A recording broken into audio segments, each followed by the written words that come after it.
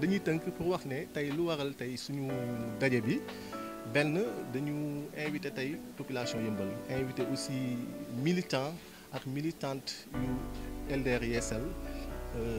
parti bi nga xamee ne suñu président Modou Diagne Fada moom moo ko jiite ci liggéey bi nga xamee ne moom la ñuy def ci parti bi ci liggéey bi nga xamee ne aussi moom la ñuy def au niveau local parce que dañ gis ne aussi suñu parti benn nekk na parti boo xamee ne parti bu mag la ci Yeumbeul parce que gis nañu élection législative yi nga xamee ne moo weesu score bi nga xamee ne moom lañ fi am donc ci biir loolu aussi ñi gën a ñaax waat Yeumbeul di leen wax ne nañu ñëw ñu ànd ñu liggéey pour l'intérêt de la commune te am nañ yaakaar ne aussi liggéey bi nga xamee ne moom la ñuy def ci daara yi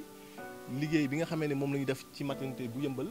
liggéey bi nga xamee ne moom la ñuy def aussi tamit sur le plan social te wax dëgg yàlla Yeumbeul aussi teg ci seen bët moo tax ñu ne nañu gën a massifier ba fu ñu jëm aussi ñu mën a taxawal suñu bopp. waaw candidat lañ parce que tey c'est vrai que ñi ngi liggéey mais aussi tamit dañu jàpp ne tamit élection yi di ñëw dañuy taxawal suñu bopp parce que suñu parti aussi nañu xam ne suñu parti bu mag la suñu parti mi ngi ci 45 départements yu nekk ci Sénégal lépp suñu parti mi ngi fa te jàpp nañ ne aussi Yeumbeul Nord bi nga xamee ne moo fi nekk bu ñu demee ba yegg fa suñu parti dana fi jël ndam. waaw ñu nekk fii xëy na peut-être du ma ne ñu nekk fii suñuy noonu lañ donc dëgg la yàlla ñoom la fi teg waaye aussi tamit liggéey bi nga xamee ne moom la ñuy liggéey dañu gis ne dafa des bu bari waaw ci côté yëpp bon ci santé maa ngi koy wax léegi ci santé dafa des bon côté social aussi dafa des parce que tey gis nañ bourse familiale yi tey parce que tey bourse familiale yi mën nañu wax ne dañ koy dégg rek parce que tey ku bokkul ci ñoom donc mën naa wax ne ku bokkul ci ñoom bourse familiale yi quoi mënoo ko jot donc yooyu yëpp nag dafa nekk ay mbir yoo xamee ne waaw bu baax a baax nekkul sax Yeumbeul Nord mais gis nañ ne bourse familiale yi fépp ci Sénégal dañu gis ne tey ku bokkul ci APR tey doo ko jot ñun nag dañu taxaw pour xeex loolu pour ñu xam ne bourse familiale yi sénégalais yi ñoom ñoo ko moom donc yooyu yëpp vraiment taxaw nañu pour dindi lépp. Chers Yeumbeulloises et Yeumbeullois, parents, amis et alliés, chers journalistes, bonsoir. Nous voilà réunis autour d'un seul objectif: écouter, travailler, s'activer à faire de Yeumbeul une cité digne de ce nom. Notre chère commune et ses habitants restent notre seule et unique préoccupation. C'est ce qui nous a poussés à nous rassembler autour de la personne de M. Ndari Aïdara, qui consacre le plus clair de son temps au développement local. En effet, les cloches doivent retentir pour que Yeumbeul sache qu'il a en son sein un fils qui n'aspire qu'au bon devenir de sa commune. Voilà des années que celui-ci n'a jamais pensé à ses intérêts personnels au détriment de ceux des autres. Tout ce qu'il a obtenu de ses bailleurs, il l'a partagé avec la population sans jamais verser dans le dilatoire. Mais nous, ses collaborateurs, ses proches et ses amis, n'useront pas de la langue de bois pour informer, sensibiliser et alerter la population de ces actions que d'autres utilisent à des fins politiques ou individuelles. En outre, nous ne laisserons plus personne profiter de nos acquis, comme dit l'adage Wolof, Golo Bay, Baboun Dunde. Certes, nous faisons de la politique, mais de la bonne politique de développement. Car sans cela, nos projets de grandes envergures seront difficiles à réaliser. C'est pour cela que nous lançons un appel solennel à tous les Yeumbeullois en les exhortant d'avoir confiance, comme l'a fait le président Modou Diagne Fada, qui a porté son choix et sa confiance sur la personne de Ndari Aïdara, en le nommant coordonnateur du parti LDR Yeesal, les démocrates réformateurs, à Yeumbeul Nord. Ce parti, constitué sous les fonds baptismaux dont nous avons été et resterons parmi les membres fondateurs, sera notre viatique qui nous conduira, avec votre soutien, votre volonté et votre abnégation, à une issue heureuse. Mais ne dit-on pas en Wolof, Balanga Nam Nefa, Leketu Kase Nakhuli Bay. C'est dans cette logique que nous vous faisons part de quelques réalisations effectuées dans divers secteurs comme la santé avec l'octroi d'une ambulance médicalisée et d'une machine de cryothérapie permettant la détection des lésions cancéreuses du col de l'utérus au profit de la maternité de Yeumbeul Nord, mais également des matériels médicaux pour les structures sanitaires et scolaires, lycée de Yeumbeul, Dara ou école coranique de la commune. Cela a permis de voler au secours de la population tout en leur facilitant l'accès aux soins et à la réduction du coût. Sur le plan éducatif, M. Aidara et son association accompagnent les établissements scolaires en leur fournissant des matériels didactiques, notamment des cahiers, des stylos et des crayons, mais également des jeux pédagogiques pour les préscolaires de la localité. De même que les Dara, qui subissent une formation de qualité dans l'alphabétisation pour permettre aux enfants talibés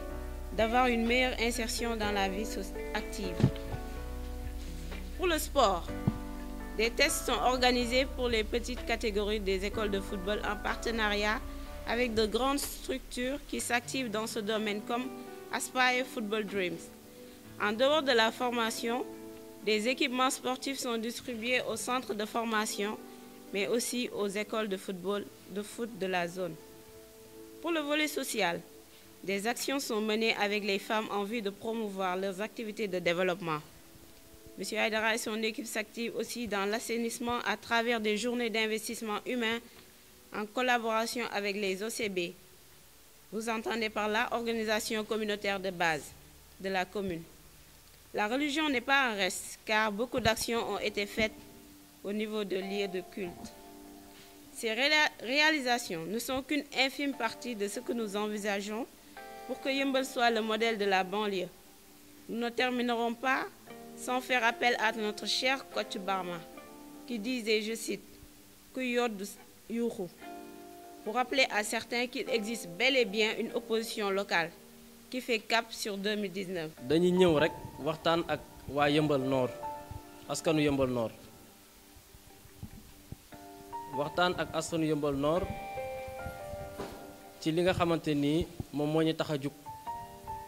ci li nga xamante ni bëgg nañ ko mébét bi nga xamante ni bëgg nañ ko ngir Yeumbeul gën a mën a suqali ko jëm ci kanam naam sax waa Yeumbeul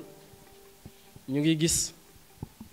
ndax Olof Njaay day faral di wax ne lu ne fàng kenn du ko jeex te am naa yaakaar ne